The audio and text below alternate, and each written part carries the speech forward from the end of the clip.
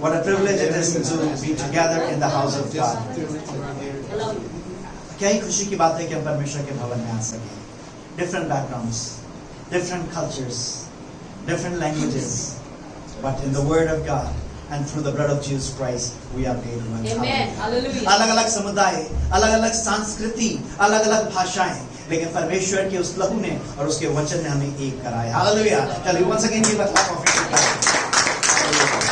Thank you Jesus. Praise the Lord. Okay, quickly I'll be going into the word. और जल्दी से परमेश्वर के वचन में चलेंगे. Father, we just pray. We are meditating upon the third person of the triune God.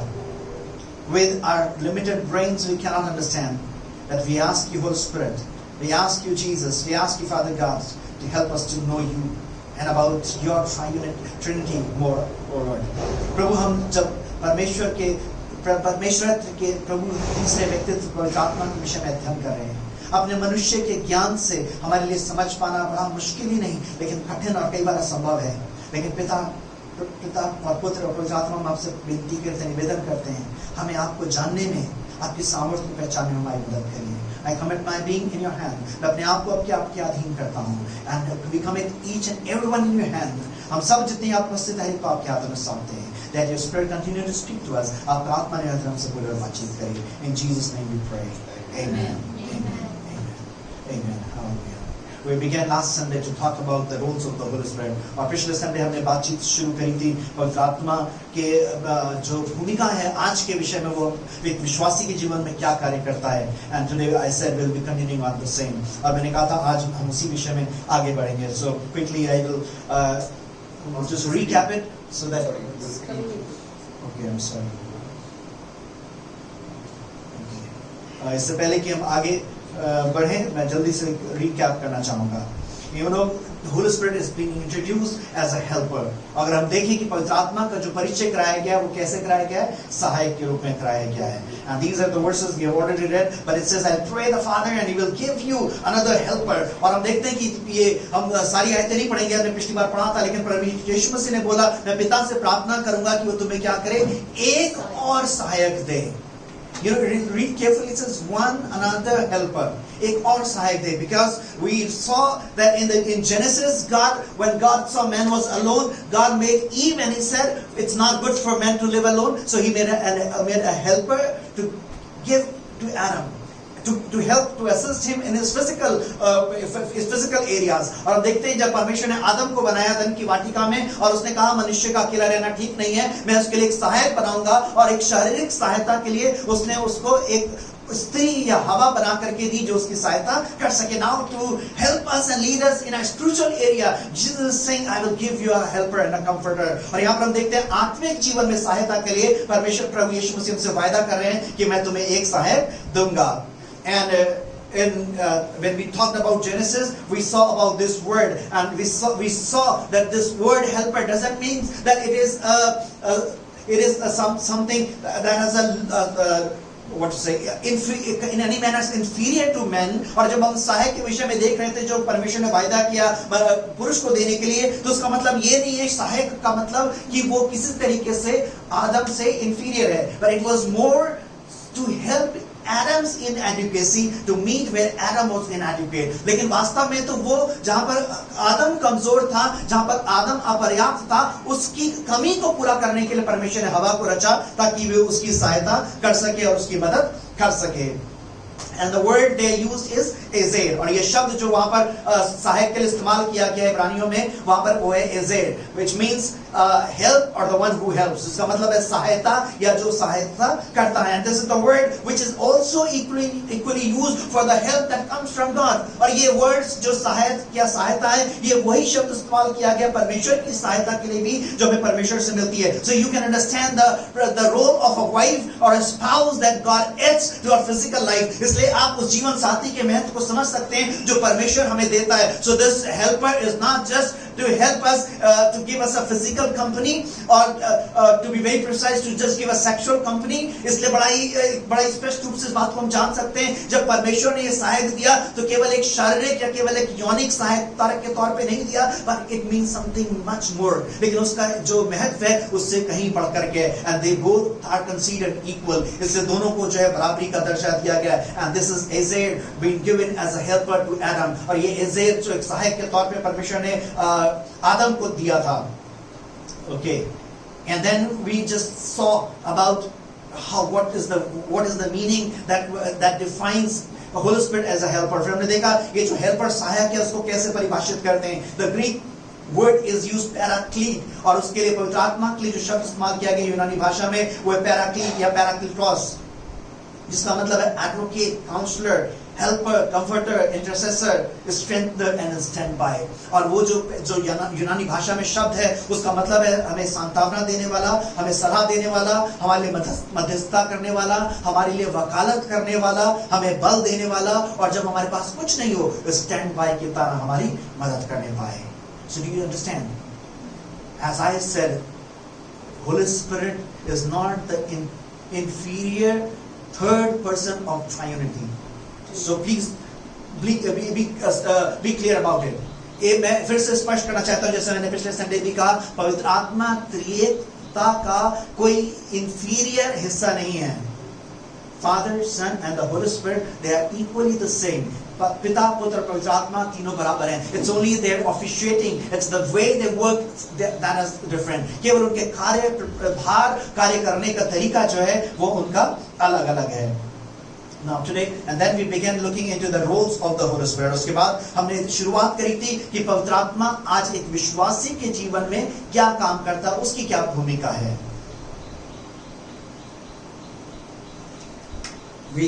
Last Sunday we looked into the 5 roles. हमने पिछले संडे 5 भूमिकाएं देखी थी. So I'll not be preaching that whole message, but I'll quickly remind you and I'll move forward. और हमने पिछली बार 5 भूमिकाएं देखी थी. मैं पूरा प्रचार तो नहीं करूंगा, लेकिन जल्दी जल्दी बताता हूँ. The number 1 role is that Holy Spirit is helper who teaches and reminds. सबसे पहली भूमिका, पवित्र आत्मा हमारा सहायक है जो हमें सिखाता है और हमें परमेश्वर की बातें याद दिलाता है. Remember, he is a legal counselor, और याद रखिए वो हमारा कानूनी सलाहकार है. So that brings us to legal punishment in the spiritual realm. The Holy Spirit helps us and guides us. और उन क्षेत्रों में, आत्मिक क्षेत्रों में जहाँ हम दंड के भागी हो सकते हैं, पवित्र आत्मा हमारी अगुवाई करता है, हमारी मदद करता है ताकि हम उस आत्मिक दंड से जो है हम बच सकें. He convicts the world of sin. वो दुनिया को बताता है कि हमारी गलती कहाँ पर है, कहाँ पर हम पापी हैं, हमारा दोष कहाँ पर है, so that we can acknowledge it and we can rectify it, ताकि हम उसको पहचान सकें और हम उसको जो है सुधार सकें. Number 3 is that the Holy Spirit indwells believers and fills us. और तीसरी उसकी भूमिका है कि पवित्र आत्मा जो है हमारे अंदर वास करता है और हमें परमेश्वर की उपस्थिति का आभास देता है और वो हमें भरपूर करता है. Number 4 is the source of revelation, wisdom and power. और चौथा उसका कार्य क्या है, वो प्रकाशन का, बुद्धि का और सामर्थ्य का स्रोत है. And number 5 is he is the guide to all truth and knowledge of God, of what is to come. और पवित्र आत्मा क्या करता है, हमारी अगुवाई करता है हर एक सत्यता में और उस आने वाली चीजों के ज्ञान में, जो चीजें आने वाली हैं, that we cannot understand with a human understanding, जो हम अपने दिमागी ज्ञान से नहीं समझ सकते. That is what the Holy Spirit does. पवित्र आत्मा हमारे जीवन में वही कार्य करता है. Okay. Now today we'll be continuing with more of the roles that the Holy Spirit plays. आज हम आगे की भूमिकाओं में बढ़ेंगे कि पवित्र आत्मा जो है आज क्या हमारे जीवन में कार्य करता है. Okay. Number 6 is the Holy Spirit gives spiritual gifts to believers. Number 6 उसकी भूमिका क्या है कि पवित्र आत्मा विश्वासियों को आत्मिक वरदानों से भरता है. Help me read please in Hindi and English. Someone can read. Help me read. That is 1 Corinthians chapter 12 verses 7 through 11. पहला कुरिन्थियों 12 अध्याय उसकी 7 से 11 हिंदी में पढ़ने में मदद करेंगे. किंतु सबके लाभ पहुंचाने के लिए हर एक को आत्मा का प्रकाश दिया जाता है, क्योंकि एक को आत्मा के द्वारा बुद्धि की बातें दी जाती हैं और दूसरे को उसी आत्मा के द्वारा ज्ञान की बातें. किसी को उसी आत्मा से विश्वास और किसी को उसी एक आत्मा से चंगा करने का वरदान दिया जाता है. फिर किसी को सामर्थ के काम करने की शक्ति और किसी को भविष्यवाणी की और किसी को आत्माओं की परख और किसी को अनेक प्रकार की भाषा और किसी को भाषाओं का अर्थ बताना परंतु ये सब प्रभावशाली कार्य वही एक आत्मा कराता है और जिसे जो चाहे है वह बांट देता है। To each is given the manifestation of the Spirit of the common good. For to one is given through the Spirit the utterance of wisdom, and to another the utterance of knowledge according to the same Spirit, to another faith by the same Spirit, to another gifts of healing by this one Spirit, to another the working of miracles, to another prophecy, to another the ability to distinguish between spirits, to another various kinds of tongues, to another the interpretation of tongues. All these are empowered by one and the same Spirit, who apportions to each one individually as He wills. Did you hear carefully? Now, if I tell you, I say, come to me, I can heal you. अगर मैं आपसे बोलूं, आप मेरे पास आइए, मैं आपको चंगा कर सकता हूं. Should you believe on my words? या आपको मुझ पर विश्वास करना चाहिए? Did you understand what I said?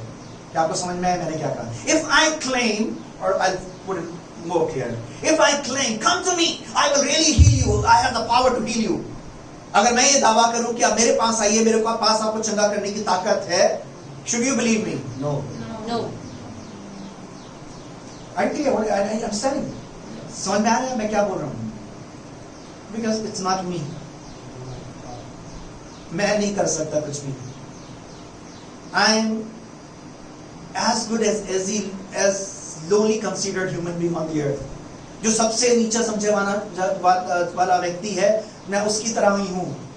I have nothing of my own. मेरे पास अपना कुछ भी नहीं है. If it is God's Spirit who wants to heal you, He can use me. Really? Do you understand? अगर पवित्र आत्मा परमेश्वर चाहता है कि आपको मेरे द्वारा चंगाई मिले, तो परमेश्वर का आत्मा मुझे आपको चंगा करने के लिए इस्तेमाल कर सकता है. So when I pray for you, or the church prays for you, it is not me or any person who has healed you. It is the gift of the Holy Spirit which has empowered that person to operate in the healing, in the gift of healing, and you are being healed. Amen. Hallelujah. ये पवित्र आत्मा चाहता था, परमेश्वर चाहता था वो आपको चंगाई दे, और पवित्र आत्मा ने उस व्यक्ति को सशक्त किया, इस योग्य किया, इतने सामर्थ्य दी कि वो चंगाई का वरदान उस जीवन के द्वारा कार्य किया और वो व्यक्ति चंगा हो गया. Okay, how many of you have been on seas or river banks? कितने लोग नदी के किनारे या समुद्र के किनारे गए? If you have tried or not tried, you can imagine now. आपने कोशिश करी है या नहीं करी, कल्पना करके देखिए. Can you go and start walking on water? क्या आप जाएं और पानी पर चलना शुरू कर सकते हैं? Tell me, please. I like responses. No. You don't believe Jesus? आप यीशु पर विश्वास नहीं करते क्या? I want responses. Yes, we do. Yes, we do. But we cannot. Not each one of us can walk. हमें सरेक्चर नहीं चल सकता. When we read about Peter, it was the gift of the Holy Spirit, that faith I'm talking, that he was able to walk on the water. जब हम पतरस की बात करते हैं कि वो पानी पे चला, तो वो विश्वास एक अलग विश्वास था जो पवित्र आत्मा का वरदान था. So this is not the faith that we believe the power of God. ये वो विश्वास नहीं कि परमेश्वर की सामर्थ्य पे विश्वास करते हैं. This is a special kind of faith that operates in us in different situations, and we are able to do the things that are beyond nature. ये वो पवित्र आत्मा का वरदान है जो हमारी परिस्थितियों के विपरीत है, और अगर वो चाहता है वो हमें बल देगा और हम उस पवित्र आत्मा के उस विश्वास के वरदान में ऑपरेट कर सकते हैं. Hallelujah. That was like one that Jesus break 5 loaves and he was able to feed 5,000. ये वो वरदान में से एक वरदान था जब प्रभु यीशु मसीह ने 5 रोटियों को तोड़ा और वो 5,000 से अधिक की भीड़ को खाना खिला सके. Do you understand? You know, if you just imagine in your daily situation, you have cooked food for 5 people and 10 people come in your house. ये अगर आप साधारण परिस्थिति से कल्पना करें, आपने 5 लोगों के लिए खाना बनाया, आपके घर में अचानक से 10 लोग और आ जाते हैं. Do you think the 5 people food will be able to suffice 15 people? क्या आपको लगता है ये 5 लोग का खाना 15 लोग को खिलाने में सक्षम होगा? No. Do you think that you need, for that moment, do you really need that kind of faith that God will provide manna from heaven, or that kind of faith? क्या उस समय आपको जरूरत है कि सचमुच में परमेश्वर से आप प्रार्थना करें, प्रभु तू ऊपर से कहीं से मन्ना बरसा दे? Yeah, for that what God has given you, for that what you will do, you will start making arrangements to cook extra food. तब आप दूसरी तरीके के चीजें इस्तेमाल करेंगे, बुद्धि इस्तेमाल करेंगे और एक्स्ट्रा अरेंजमेंट इस्तेमाल करेंगे. But it was a different kind of situation. The distance when Jesus was preaching so far, and if they would, the disciples would go to buy food, it would not be available to buy that much of the food and come back. By the time the people would already faint. क्योंकि वो उस समय एक ऐसी परिस्थिति थी कि जब वे तो इतनी दूर शहर से आए हुए थे कि जब तक वो शहर जाते और खाना वापस लेकर के आते, लोग बेहोश हो जाते भूख के मारे. और दूसरी चीज, इतनी क्वांटिटी में एक साथ खाना उपलब्ध करवाना पाना या कहीं से खरीद के ला पाना वो मुमकिन नहीं था. It was a special kind of a situation. एक विशेष परिस्थिति थी. And Jesus, through the Holy Spirit, operated in a different kind of faith. That was the faith of the Spirit. और that was the gift of the Spirit. और उस समय प्रभु यीशु मसीह ने एक अलग विशेष जो पवित्र आत्मा का वरदान था, विश्वास का, उसमें ऑपरेट किया. He thanked the Father. उसने पिता का धन्यवाद किया. He broke fish and the bread, and he was able to feed 5,000 men. And they just said a minimum quantity of the people would be more than 20,000. 5,000 पुरुष थे और कहा जाता है कम से कम वो 20,000 से अधिक की भीड़ थी. So that was the faith, the gift of the Spirit. That faith was the gift of the Spirit of God. वो faith जो था वो पवित्र आत्मा का वरदान था. So there are different gifts that God gives according to the need. Even He can give to the one person, or He can give to the different person at different times. Or maybe He can give the same person different gifts at different times. परमेश्वर अलग-अलग व्यक्तियों को अलग-अलग वरदान दे सकता है, या एक ही व्यक्ति को अलग-अलग समय पे अलग-अलग वरदानों के द्वारा इस्तेमाल कर सकता है. Okay, did you understand?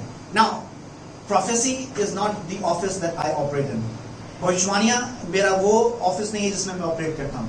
But there have been times when God gave me specific word for some people, and I really asked God's confirmation, and I just spoke them, and then people confirmed it that yes, it was, you were right, pastor.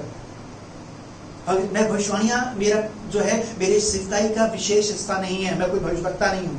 लेकिन कई बार पवित्र आत्मा ने बड़े विशिष्ट रूप से मेरे जीवन में इस बात को बोला, कुछ वचन दिए लोगों के लिए, और फिर लोगों ने आके पुष्टि करी कि ये बात बिल्कुल सही थी. Recently, when I walked one of the meetings, I went to a lady, and the Spirit was giving me one picture of what again and again. I was really hesitant because she was a pastor's wife. और परमेश्वर का आत्मा मुझे लगातार एक शब्द दे रहा था, वचन दे रहा था, बार बार एक तस्वीर दिखा रहा था, और मैं हिचकिचा रहा था बोलने से, क्योंकि वो एक पास्टर की वाइफ थी.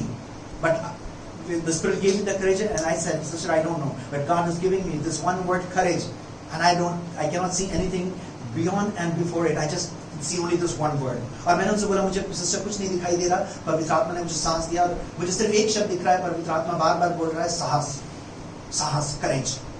And then she started sharing. She said, really, pastor, I needed this word because I have been invited in US to preach, and I struggle with languages because in this place all my languages jumbled up, and I have to totally preach in English, and this is the word from God that God has given me courage, asking me to be courageous. और तब उन्होंने बात की पुष्टि बोली, हाँ pastor, मुझे इस समय ये वचन की जरूर आवश्यकता थी, क्योंकि मुझे इन्विटेशन मिला है यूएस में जाके प्रचार करने का, और पंजाब में रहते रहते मेरी सारी भाषाएं मिक्स हो गई हैं, और मैं सारी भाषाओं में उलझ गई हूँ, और मैं उतना कॉन्फिडेंस महसूस नहीं करती हूँ, और मुझे जाके पूरे समय अंग्रेजी में ही वहाँ पे प्रचार करना होगा, और मुझे वास्तव में उस साहस की जरूरत थी, और परमेश्वर ने आपके द्वारा मुझे इस तरीके से बलवंत किया है.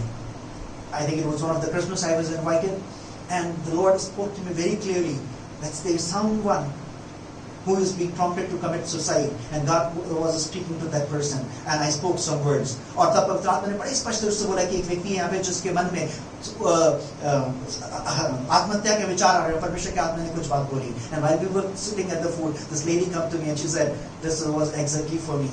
I was so much close in my depression that I wanted to commit suicide, but thank you that God has strengthened me. और तब जब हम खाने में बैठे हुए थे, उन्होंने मुझसे आके बोला कि मैं इतने ज्यादा तनाव में चली गई थी, और मैं इस बात के सोच रही थी कि मैं अपने आत्महत्या कर लूं, लेकिन परमेश्वर ने जो था आपके द्वारा मुझे बलवंत किया. Now do you understand? Prophecy is not my gift. भविष्यवाणी मेरा वरदान नहीं है, but it is the Spirit. Wherever is the need, the Spirit of the Lord will enable that person, or could be many people, to operate in different kind of gifts according to the need of the hour. ये पवित्र आत्मा जो है उस समय की आवश्यकता के अनुसार अलग अलग व्यक्तियों को या एक ही व्यक्ति को उस वरदान से परिपूर्ण कर सकता है, ताकि वो जो है परमेश्वर के उस वरदान में होकर के ऑपरेट कर सके. Are you with me? Yes. I want your responses. Yes. Okay. So just be vigilant. So we understand that the Spirit of God, Holy Spirit today gives us the gifts to the believers. पवित्र आत्मा का आज काम क्या है कि वो हमें वरदान देता है. And it is only for the edification of the believers. ये वरदान केवल लोगों के लिए, कलीसिया की उन्नति के लिए हैं. Number 7 role is he seals the lives of believers. और उसका 7वां भूमिका क्या है? वो विश्वासियों के जीवन के ऊपर एक मोहर को लगाता है. Ephesians chapter 1 and verse 13. इफिसियों 1 अध्याय उसकी 13 आयत में पढ़ेंगे.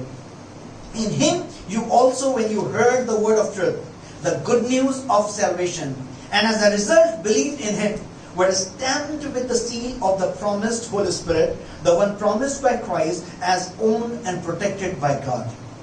और उसी ने तुम पर भी, जब तुमने सत्य का वचन सुना, जो तुम्हारे उद्धार का सुसमाचार है, और जिस पर तुमने विश्वास किया, प्रतिज्ञा किए हुए पवित्र आत्मा की छाप लगी. Okay, I don't know about the other countries, but in India, if you knew about the postal system of parcels.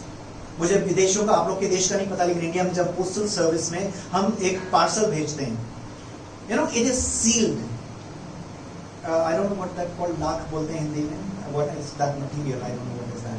And there is a kind of material which in Hindi it is called lakh, but I don't know what it is in English. It gets molted when it is heated, and it is put on all the sealings of all the pastings of that envelope or the packet, and then it is stamped.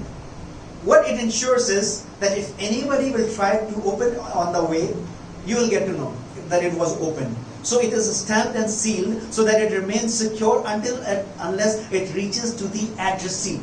है ना, उसमें क्या होता है कि एक वो लाख पिघला करके उसके जितने भी जोड़ या सिलाइयां होती हैं उसके ऊपर लगाया जाता है और उसके ऊपर मोहर लगा दी जाती है. वो इसलिए होता है ताकि जिस तक वो पहुंचना है, अगर उसके बीच में और खोला गया तो वो क्या है, जिसके पास पहुंच रहा है वो पता चल जाएगा कि पार्सल बीच में खोला गया है, और उस सील की वजह से वो सिक्योर रहता है, और जिसको भेजा जा रहा है उस तक वो सुरक्षित पहुंचाया जाता है. You understand? When you receive Jesus Christ, जब आप यीशु मसीह को ग्रहण करते हैं, what is the work of the Holy Spirit?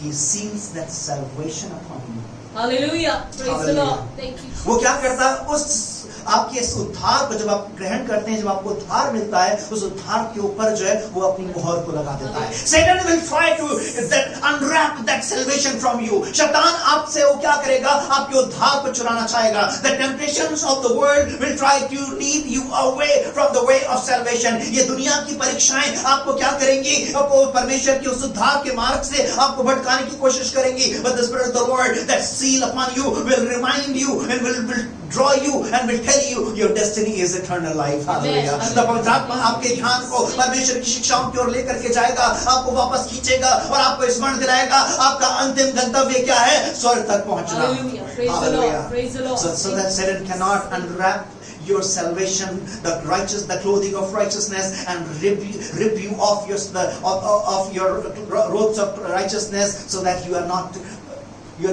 thrown into hellfire. ताकि शैतान आपके उस धार्मिकता के वस्त्र को आपके ऊपर से उतार करके आपको नरक की आग में ना भेज सके. Hallelujah. Hallelujah. So this is the work. The Holy Spirit seals the believers. इसलिए पवित्र आत्मा का काम क्या है, वो विश्वासियों के ऊपर परमेश्वर की मोहर को लगाता है. That brings protection, जो हमारे जीवन में एक सुरक्षा को लेके आता है. It reminds the promise of Christ. वो मसीह के उस उद्देश्य, उस वायदे को स्मरण दिलाता है. He promised that I have prepared a place for you in heaven. और उसने वायदा क्या किया, मैंने स्वर्ग में तुम्हारे लिए एक जगह तैयार करके रखी है. And now I will be waiting till you reach up to heaven. और अब मैं तुम्हारा इंतजार करता रहूंगा जब तक तुम स्वर्ग ना पहुंचो. So you have been packed in righteousness. आपको उसकी धार्मिकता के अंदर जो है आपको रैप कर दिया गया है. And the Holy Spirit has sealed you and stamped you. अब पवित्र आत्मा ने आपके ऊपर मोहर लगा दी गई है. so when the Satan tries to distract you, जब शैतान आपको उस परीक्षा में बाहर निकालने की कोशिश करता है, that step reminds you, I belong to Jesus. वो बाहर आपको याद दिलाती है मैं मसीह का हूँ. Hallelujah. Hallelujah. Your friends will tell you there is no problem if you lie a little bit. आपके दोस्त बोलेंगे थोड़ा सा झूठ बोल दो तो कुछ फर्क नहीं पड़ता है. Maybe a little bit of compromises will not do you much harm. थोड़े से आप समझौते कर लो तो कोई फर्क नहीं पड़ेगा. But you know, you cannot, when the parcel is sent and is sealed, you cannot even tear a bit of it. लेकिन जब पार्सल को किसी को भेजा जाता है, जब उसको मोहर कर दी जाती है, किसी को अधिकार नहीं कि उसको थोड़ा सा भी फाड़ करके देख सके. Hallelujah. That is what you are being sealed for. Thank you, God. आपके ऊपर उस चीज की मोहर लगाई गई है. Hallelujah. And I'm so happy to see you young people in the house of God. Remember, you are being sealed so that you have your eternity safe and secure. और मैं बड़ा खुश हूँ जवानों आपको परमेश्वर के भवन में देख करके, और आज आप सुरक्षित हैं क्योंकि पवित्र आत्मा की मोहर आपके ऊपर लगाई गई है ताकि आप उस स्वर्ग के स्थान में सुरक्षित पहुंच सकें. Hallelujah. Number 8, it helps in our weaknesses and intercedes for us. और आठवां काम उसका क्या है? वो हमारी दुर्बलताओं में हमारी सहायता करता है और हमें जो है हमारे लिए मध्यस्थता की प्रार्थना करता है. It is found in Romans 8 and verses 26 and 27. Romeo 8 अध्याय की 26 और 27 आयत में ये पाया जाता है. इसी रीति से आत्मा भी हमारी दुर्बलताओं में सहायता करता है, क्योंकि हम नहीं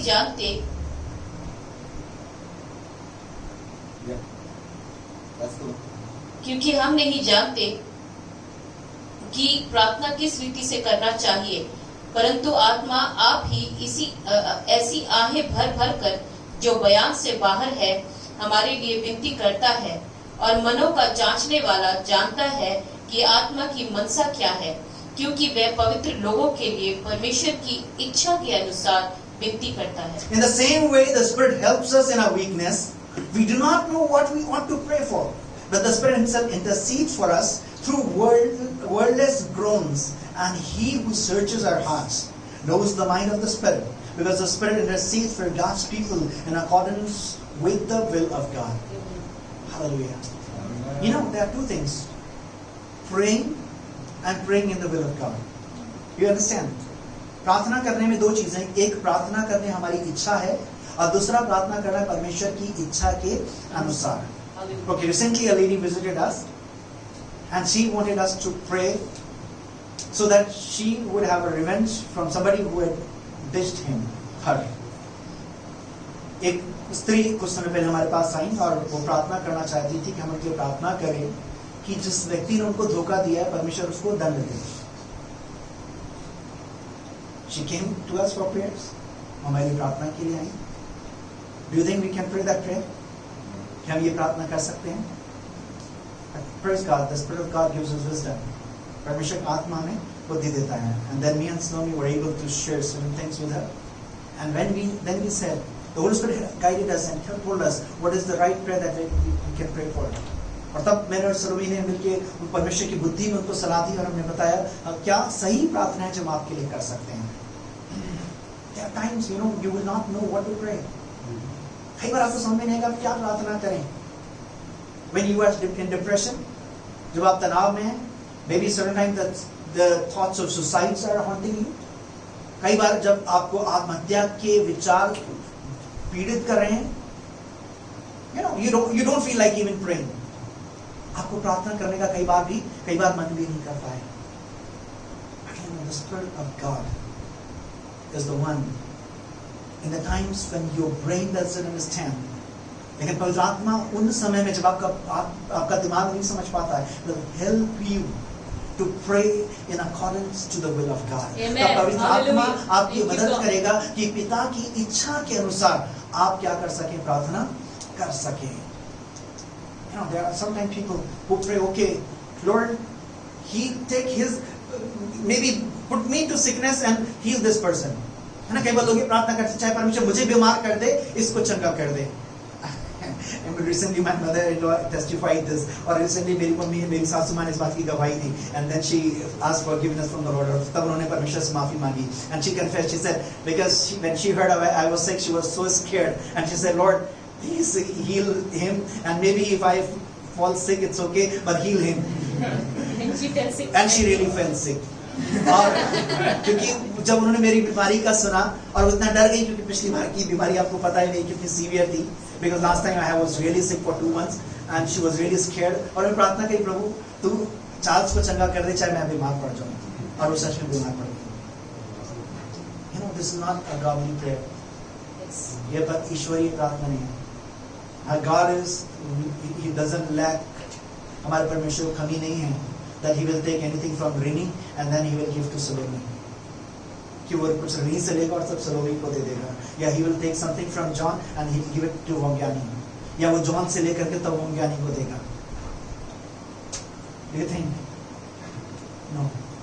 His magnificence, I was talking about His magnificence, His depths, His heights are immeasurable. Amen. Beyond human measure. Hallelujah. Thank you, Lord. मैं पिछली बार ये बात कर रहा था उसके ऊंचाई की, उसकी गहराई की, उसके विस्तार की, जो इतना गहरा है जिसको हम नाप नहीं सकते। उसको जरूरत नहीं है कि वो किसी एक से लेकर के किसी और को दे।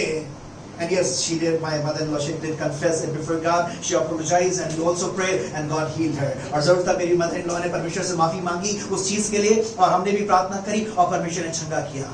You know, there are certain times that our brain doesn't know what to pray. कई बार हमारा दिमाग नहीं समझ पाता, but the Spirit of the Lord does help us. ऐसे समय में पवित्र आत्मा हमारी सहायता करता है। You know, there are certain situations that you cannot even imagine. कई ऐसी परिस्थितियां हैं जो आप कल्पना भी नहीं कर सकते। If I was talking about Paul and Silas, मैं आपको बता रहा था पॉल और सिलास के विषय में।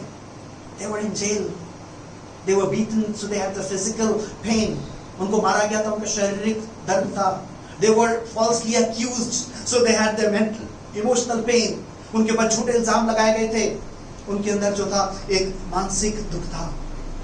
Do you think it was really human to pray at that in that pain? क्या सचमुच में वो मानवीय ताकत थी कि वो उस परिस्थिति में प्रार्थना कर पाते? No. It was the Spirit of God who helped them to pray. When Jesus was hanging on the cross, जब यीशु मसीह सलीब पे लटके हुए थे, I think we can never really understand the pain what he went through. वास्तव में मैं सोचता हूँ और मैं मानता हूँ कि हम कभी भी उस दर्द को कभी समझ ही नहीं सकते।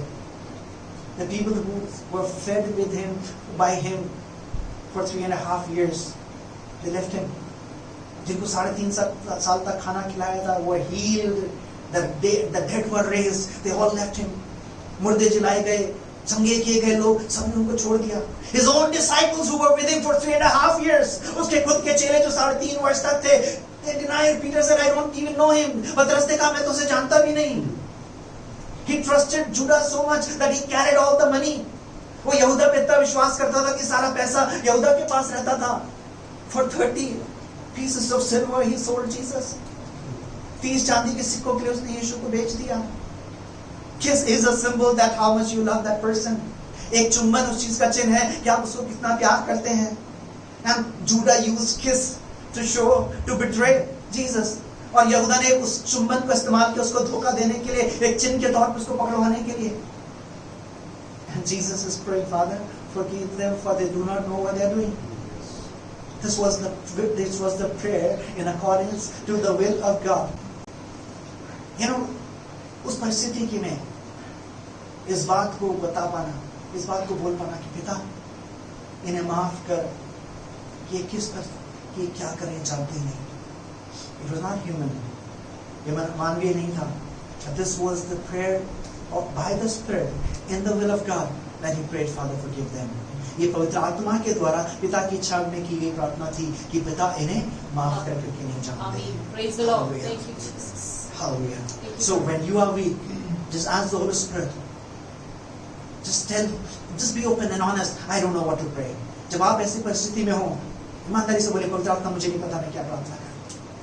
My situation is something I don't even know what words should I use. मैं ऐसी परिस्थिति में हूँ, मुझे नहीं पता मैं किन शब्दों का प्रयोग करूं. But I can guarantee you, the Spirit of the Lord that is in you and with you will really help you to pray and accordingly in accordance to the will of God. लेकिन वो पवित्र आत्मा जो आपको दिया गया है, वो पिता की इच्छा में जरूर आपकी मदद करेगा कि आपको क्या प्रार्थना करनी है. Number 9. He grants believers eternal life. पवित्र आत्मा क्या करता है? विश्वासियों को अनंत जीवन देता है. Help me read Romans 8 verse 10 and 11. Romeo 8 अध्याय उसकी 10 और 11 आयत पढ़िए रोमियो से. यदि मसीह तुम में है तो देह पाप के कारण मरी हुई है, परंतु आत्मा धर्म के कारण जीवित है। यदि उसी का आत्मा जिसने यीशु को मरे हुओं में से जिलाया तुम में बसा हुआ है, तो जिसने मसीह को मरे हुओं में से जिलाया वह तुम्हारी नश्वर देहों को भी अपने आत्मा के द्वारा जो तुम में बसा हुआ है जिलाएगा। But if Christ is in you, then even though your body is subject to death because of sin, the Spirit gives life because of righteousness. And if the Spirit of Him who raised Jesus from the dead is living in you, He who raised Christ from the dead will also give to you your mortal bodies because of His Spirit who lives in you. Hallelujah. Hallelujah. It is the Spirit that gives us that assurance that when we have left this mortal body, we will be raised into eternity. Hallelujah. इसलिए पवित्र आत्मा जो हमारे अंदर है, ये हमें आश्वासन देता है, जब हमारा नाशवान शरीर हम छोड़ेंगे, हम जो है अनंतता के लिए हम जिलाए जाएंगे. Hallelujah. The Spirit who has come upon Jesus, the same Spirit raised him. वो पवित्र आत्मा जो यीशु मसीह के ऊपर उतरा था, उसी ने यीशु मसीह को जिलाया. And this is the guarantee when Jesus said, I will send you the Comforter, the Holy Spirit to dwell in you. और यीशु मसीह ने वही वायदा दिया था, वही आत्मा मैं तुमसे वायदा करता हूँ कि मैं तुम्हारे लिए भेजूंगा जो तुम्हारे अंदर वास करेगा. And when the day when we leave this earth in a physical body, और वो दिन जब हम अपने शरीर को छोड़ेंगे, the Spirit of the Lord, the day of Christ that it comes, He will raise us to eternity. और वो दिन जब आएगा, जब प्रभु यीशु मसीह जो पुनरुत्थान का दिन आएगा, जब रिजरेक्शन का, जब वो उसका उठाए जाने का दिन आएगा, हमें अनंतता के लिए वो फिर से पुनर्जीवित करेगा. Hallelujah. Number 10 is the Holy Spirit enables good fruit in our lives. पवित्र आत्मा अच्छे फल को हमारे जीवन में जो है वो लेकर के आता है. It is found in chapter 5 of Galatians 22 and 23. गलातियों 5 अध्याय की 22 और 23 आयत में वैसे पढ़िएगा. पर आत्मा का फल प्रेम, आनंद, मेल, धीरज, कृपा, भलाई, विश्वास, नम्रता और संयम है. ऐसे कामों के विरोध में कोई भी व्यवस्था नहीं. But the fruit of the Spirit is love, joy, peace, forbearance, kindness, goodness, faithfulness, gentleness, and self-control. Against such things there is no law. Now I must clarify you. Many people would say there are fruits of the Spirit, but it is not fruits of the Spirit. It is the fruit of the Spirit. Okay, मैं फिर से आप लोगों को एक चीज ध्यान दिलाना चाहता हूँ. कई लोग बोलते हैं आत्मा के फल. आत्मा के फल नहीं है, लेकिन क्या है? आत्मा का फल. It could be difficult, but I used one illustration. How many of you have seen onion? ये थोड़ा सा मुश्किल हो सकता है, लेकिन फिर भी मैं एक उदाहरण इस्तेमाल करता हूँ समझने के लिए. प्याज कितने लोगों ने देखी? You know, all have seen it, right? It has several layers, and all these layers make it one onion. जितनी उसकी layers हैं, वो मिलकर के उसको एक प्याज बनाती हैं. So it means when the onion is growing, it is immature. है ना? जब वो उग रही है, वो immature है. There will be one little what do we see? The bud, and then one layer and the other layer, and the layers will be formed, and then the final covering comes on it. That is a mature onion. है ना? सबसे पहले एक बड को क्या बोलेंगे? बड आती है, कली सी आएगी, उसके पर एक परत, दूसरी परत, और जब सारी परतें हो जाती हैं तो उसके ऊपर का छिलका आता है, और तब वो एक पूरी प्याज बन जाती है. It is the word, the fruit of the Spirit is something like that. पर आत्मा का फल वही है. It begins to bud, and the more we mature, the fruit gets maturing. और जैसे ही हम परमेश्वर के आत्मा पर जब आता है, वो एक कली की तरह उगना शुरू करता है, और जब उसमें हम परिपक्व होते हैं, वो फल जो है परिपक्व होने लगता है. It starts with love, joy, peace.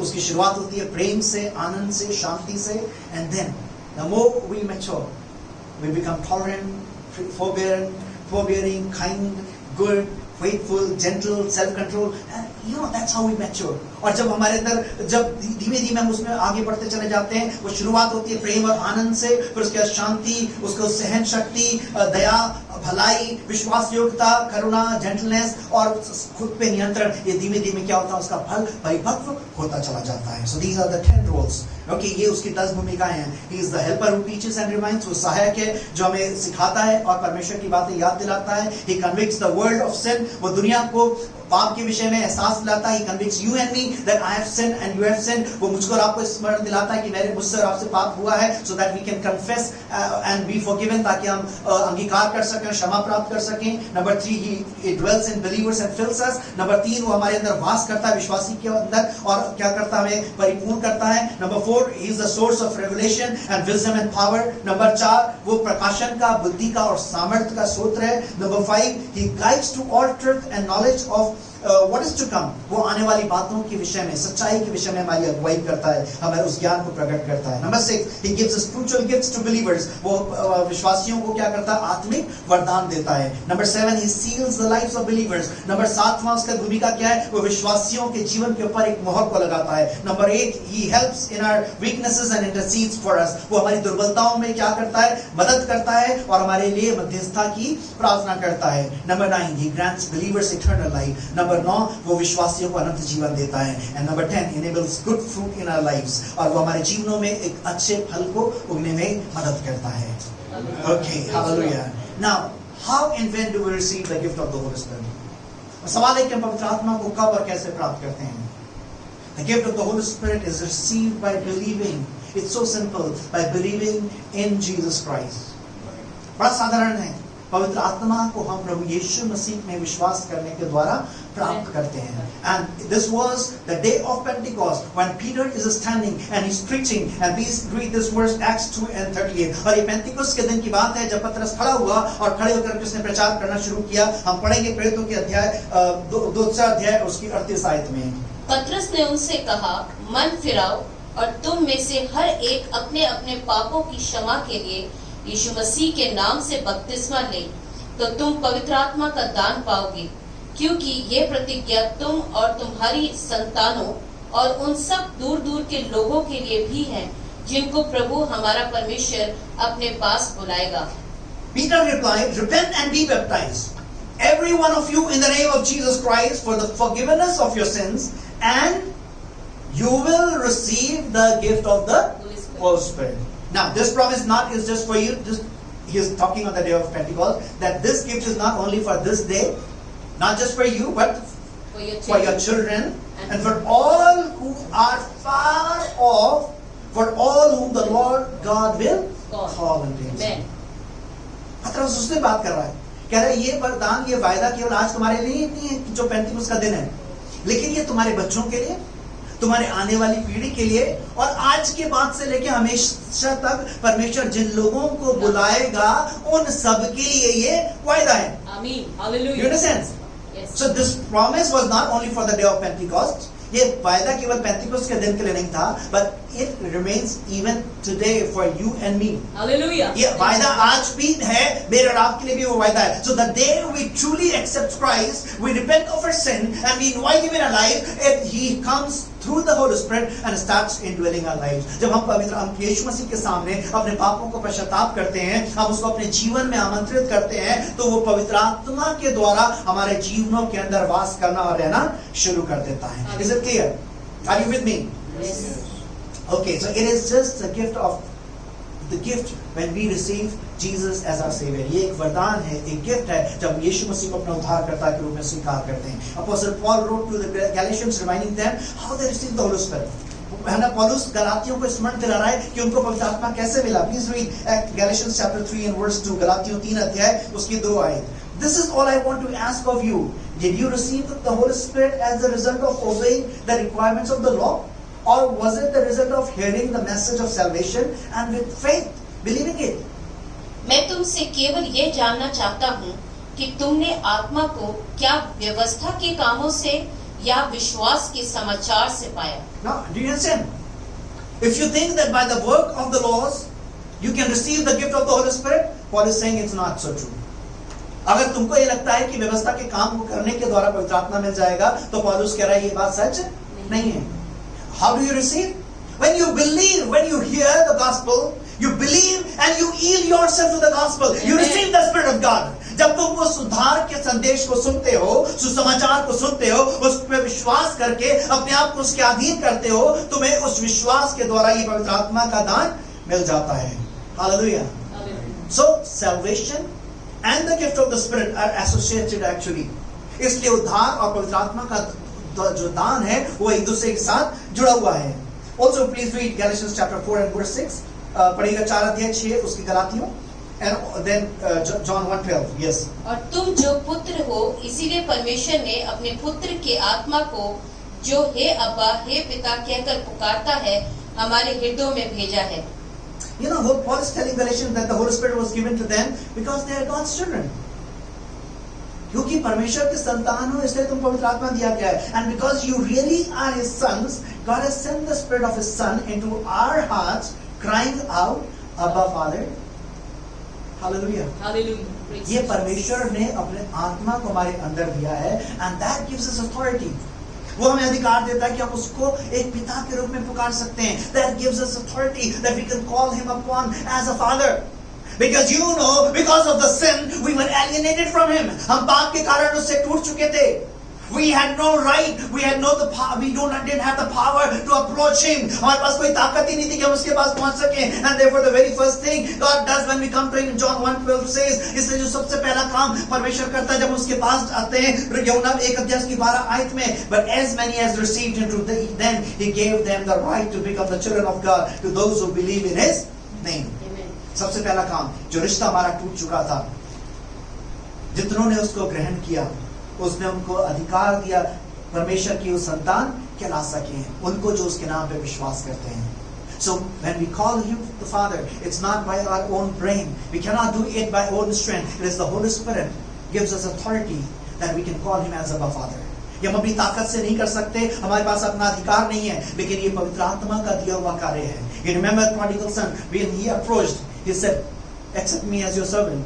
आपको लौ पुत्र याद है, उसने क्या बोला, मुझे क्या कर अपना नौकर बना के रख ले. Because he had lost the right to be called the son. क्योंकि उसने अपने बेटा कहलाने का अधिकार खो दिया था. It was the father who said, no, I don't want you to be my servant. I want you to be my son. Because you were dead, now you are alive. उसने तो बोला मुझे नौकर बना ले, लेकिन पिता ने बोला मैं तुझे अपना दास बना के, अपना नौकर बना के नहीं रखना चाहता. मैं क्या चाहता हूं, तू मेरा बेटा बन जाए. जो तू मर गया था आज वो जीवित हो गया. And that is what Paul is saying. Because you really are his sons, God has sent the Spirit of his Son into our heart, crying out, Abba Father. Hallelujah. और पौलुस वही बता रहा है, हम जो मरे हुए थे, हमारा रिश्ता जो पिता से टूट चुका था, पवित्र आत्मा ने हमें वो रिश्ता दिया कि आज हम उसको अब्बा पिता करके पुकार सकते हैं. Hallelujah. यीशु मसीह ने मेरे को अधिकार दिया है. Hallelujah. Romans 5:5 says so. Please read. Now hope does not disappoint, because the love of God has been poured out in our hearts by the Holy Spirit who was given to us. Hallelujah.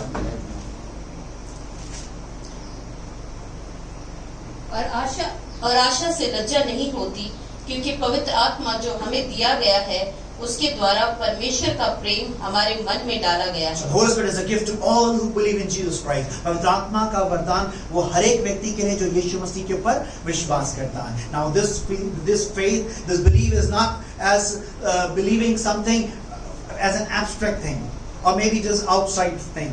ये विश्वास वो नहीं कि आप किसी व्यक्ति पे विश्वास जैसे ऐसे ही बाहर से करते हैं.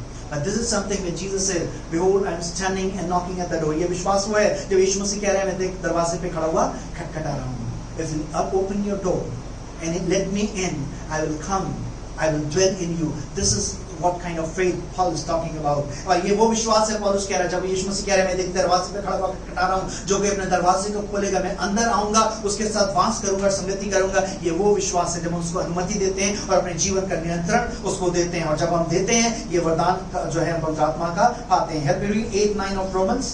रोमी 8:9 से पढ़िएगा.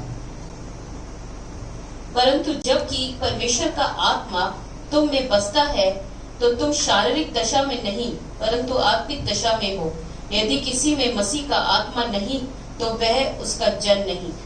However, you are not living in the flesh, controlled by the sinful nature, but in the Spirit, if in fact the Spirit of God lives in you, directing and guiding you. But if anyone does not have the Spirit of Christ, he does not belong to him and is not a child of God. Hallelujah. Hallelujah. So without the Spirit of God, I cannot be the son of God. पवित्र आत्मा के बिना मैं परमेश्वर का बेटा नहीं हो सकता. You cannot be the son or daughter of God without the Holy Spirit. आप पवित्र आत्मा के बिना परमेश्वर का बेटा और बेटी नहीं हो सकते.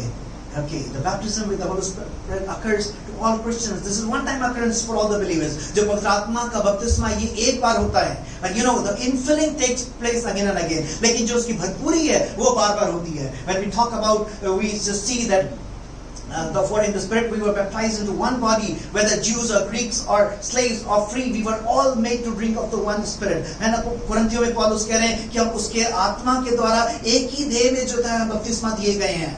We become one. This is one time occurrence. ये एक बार की बात है. The Holy Spirit comes, but now it's about the filling of the Holy Spirit. लेकिन अब बात आती है पवित्र आत्मा की भरपूरी की. Please help me read Ephesians chapter 5 and verse 16. But पढ़िएगा मेरे मन से Ephesians 5 अध्याय उसकी 18 आयत पढ़िएगा. 5:18 of Ephesians. दाखरस से मतवाले ना बनो, क्योंकि इससे लुचपन होता है, परंतु आत्मा से परिपूर्ण होते जाओ. Now he said, do not get drunk with wine, for that is wickedness, but be filled with the Holy Spirit and constantly guided by Him. We have received the Holy Spirit, but we continue to be filled with the Holy Spirit. पवित्र आत्मा तो हमें मिल गया, लेकिन हमें लगातार क्या करना? पवित्र आत्मा से भरते जाना है. I'll quickly come and explain it, but let me finish these 2 verses. मैं आपको इस बात को समझाऊंगा, लेकिन मेरे मन से जल्दी से 2 आयतों को पढ़ देना भाई से. And they were all filled with the Holy Spirit and began to speak with other tongues as the Spirit gave them utterance. It is Acts 2:4. When they had prayed, the place where they were assembled together was shaken, and they were all filled with the Holy Spirit, and they spoke the word of God with boldness. Acts 4:31. Acts 2:4. वे सब पवित्र आत्मा से भर गए, और जिस प्रकार आत्मा ने उन्हें बोलने की सामर्थ दी, वे अन्य अन्य भाषा बोलने लगे. Now, 4:3 also. Yeah, 4:31.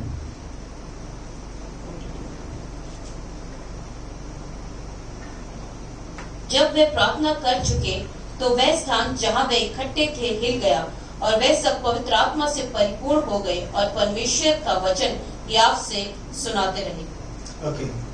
Now, many of you will say, if we receive the Spirit of God on the day of salvation, why don't I feel the help, the roles and the work of the Holy Spirit in my life?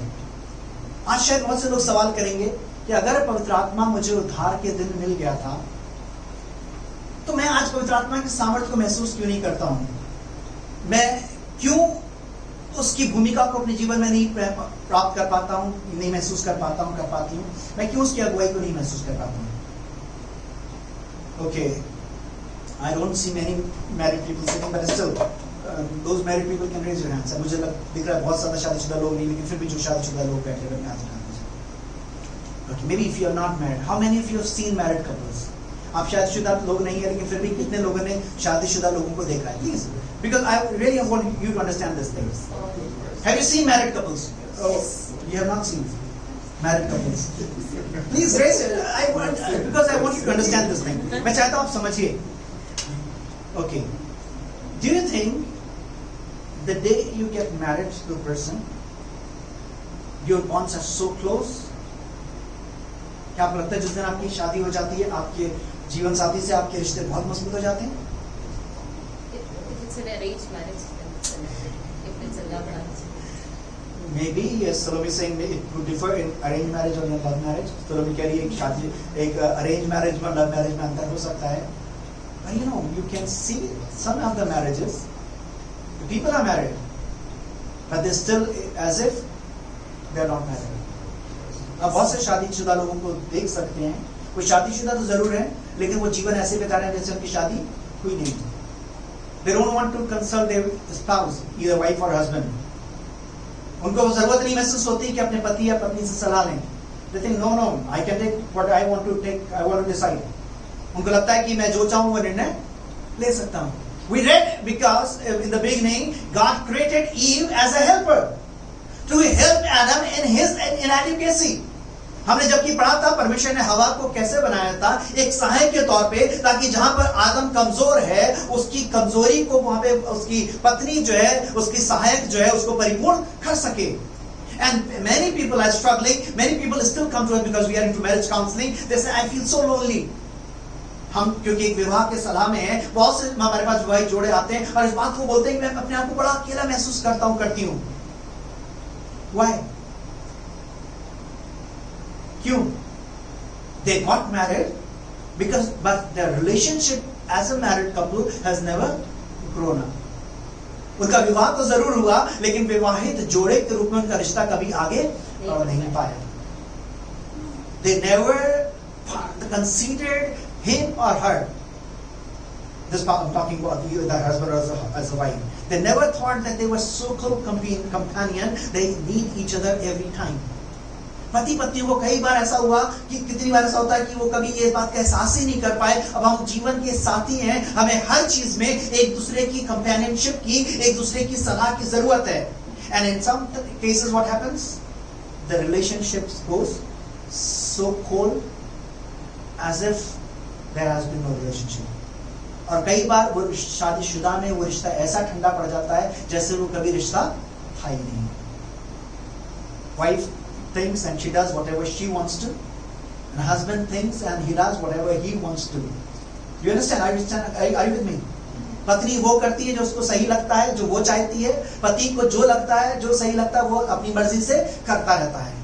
And this relationship begins with a small breach and then it's something like that. ये रिश्ता एक थोड़ी सी दूरी से शुरू होता है और ऐसा हो जाता है.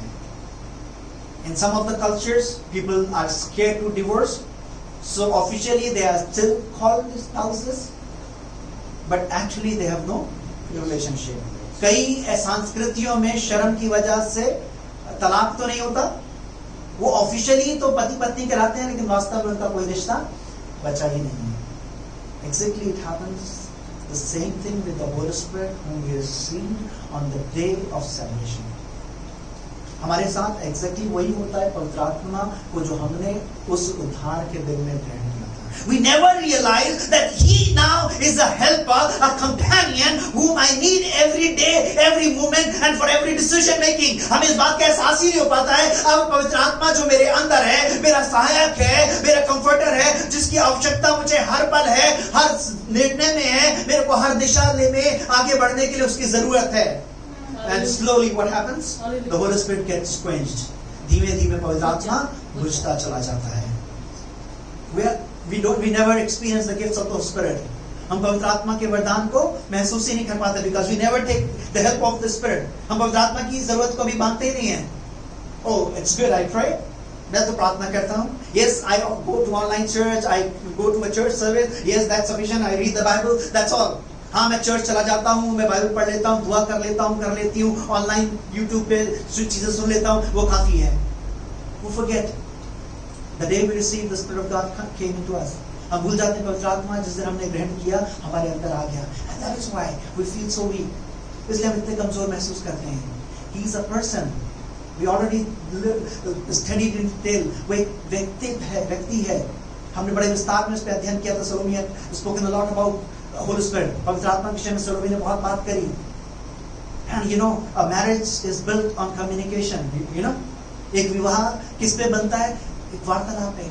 The more you communicate, the more closer you get in your marriage bonds. जितना आप बातचीत करते हैं, उतना ही विवाह के बंधन आपके मजबूत होते चले जाते हैं. The lesser you communicate, the weaker the relationship goes. जितना कम आपके विवाह में आप बातचीत करेंगे, आपका रिश्ता उतना ही कमजोर होता चला जाएगा. So also is with the Holy Spirit. उसी प्रकार पवित्र आत्मा के लिए, because the spouse is introduced as helper and the Holy Spirit also is introduced as the helper. क्योंकि हमने देखा पत्नी को एक सहायक के रूप में इंट्रोड्यूस किया गया और पवित्र आत्मा को भी एक सहायक के रूप में इंट्रोड्यूस किया गया. That is similarly in marriage we need communication. So also with the Holy Spirit we need communication. जिस प्रकार से हमें विवाह में वार्तालाप की जरूरत है, उसी प्रकार हमें पवित्र आत्मा के साथ वार्तालाप की जरूरत है. The more you will allow the Holy Spirit to take control of your life, the more you will depend upon Him, the more you will ask Him, the more you will ask His guidance, you will feel, you will start growing in the Spirit. जितना आप उस पर निर्भर करेंगे, जितना आप उसको बोलेंगे आपकी अगुवाई करने के लिए, उतना आप उससे बढ़ते चले जाएंगे.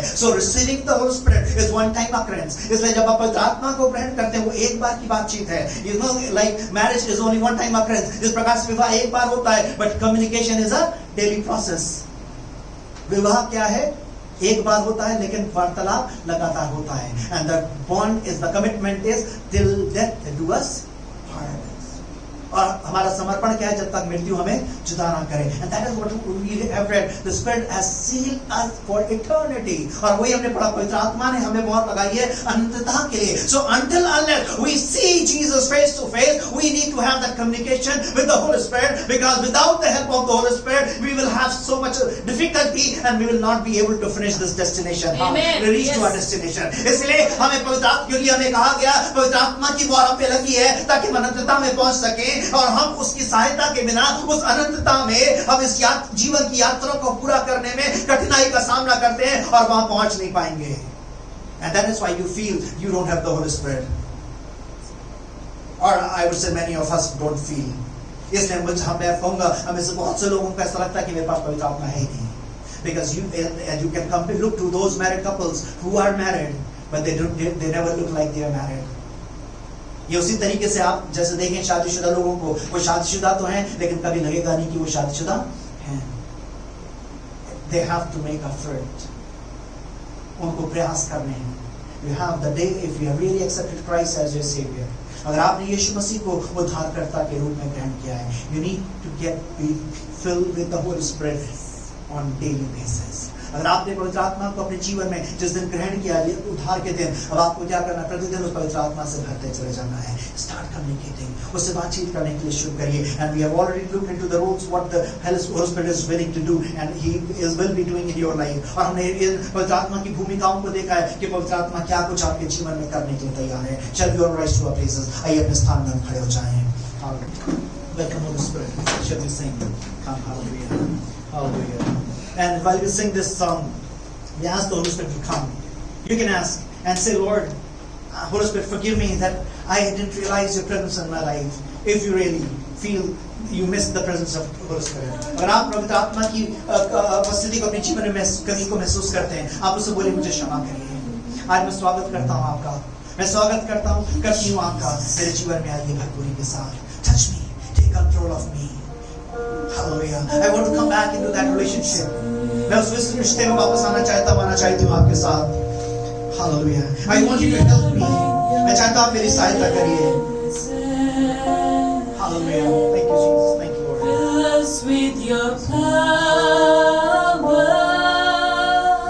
Thank you, Jesus. Thank you, Lord. Live inside of me. Thank you, Jesus. Thank you, Lord. Welcome, Holy Spirit. Let this be your personal prayer. ये आपकी व्यक्तिगत प्रार्थना होने पाए. We are in your presence. You can use your words, but just keep praying. Speak to the Holy Spirit. आप अपने शब्दों का इस्तेमाल कर सकते हैं, लेकिन पवित्र आत्मा से बातचीत करिए. Because if you have received Christ as your Savior, the Spirit of God is indwelling you, is with you. अगर आपने यीशु मसीह को उद्धारकर्ता के रूप में ग्रहण किया है, पवित्र आत्मा आपके अंदर है. Hallelujah. Thank you, Lord. Thank you,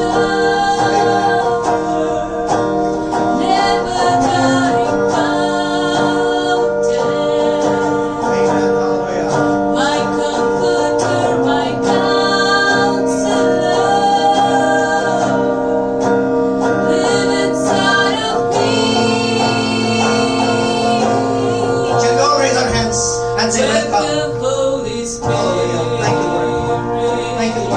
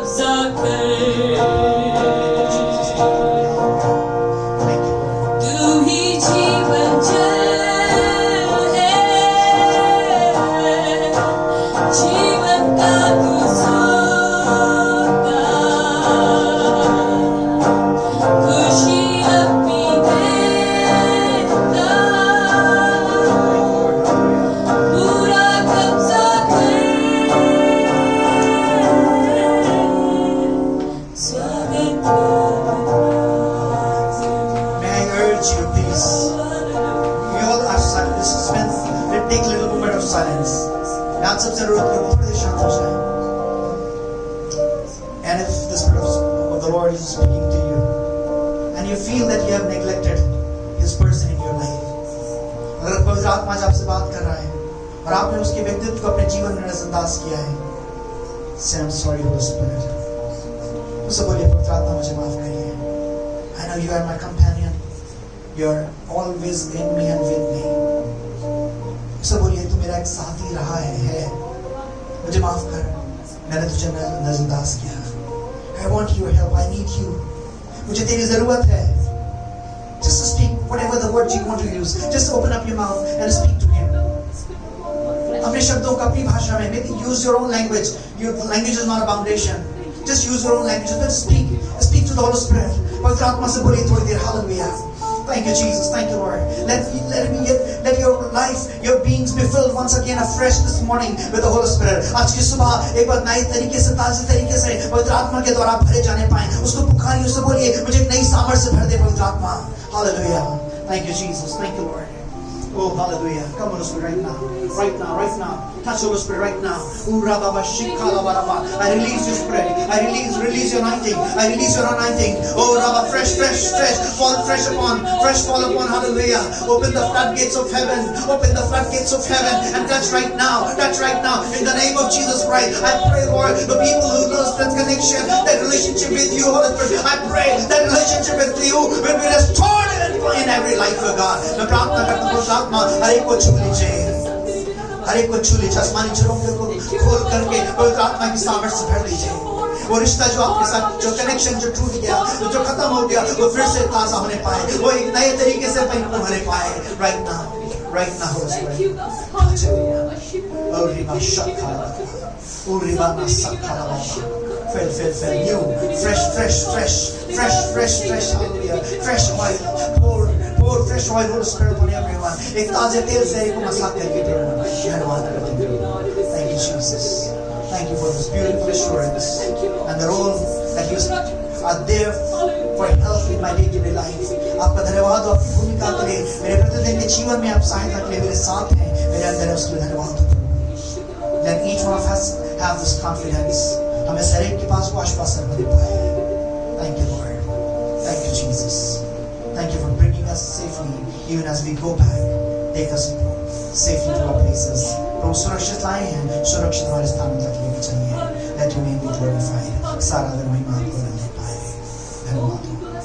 हमारे पिता परमेश्वर का प्रेम, प्रभु यीशु मसीह का अनुग्रह, पवित्र आत्मा की मधुर सहभागिता अब से लेकर हमेशा तक हमारे द्वारा मिलने या यीशु मसीह के दूसरे आगमन तक होती रहे. Now the love of Father God, the grace of our Lord and Savior Jesus Christ, and the sweetest communion of the Holy Spirit abide with each one of us till Christ returns or we meet again. And let the church sit together. Amen. Amen.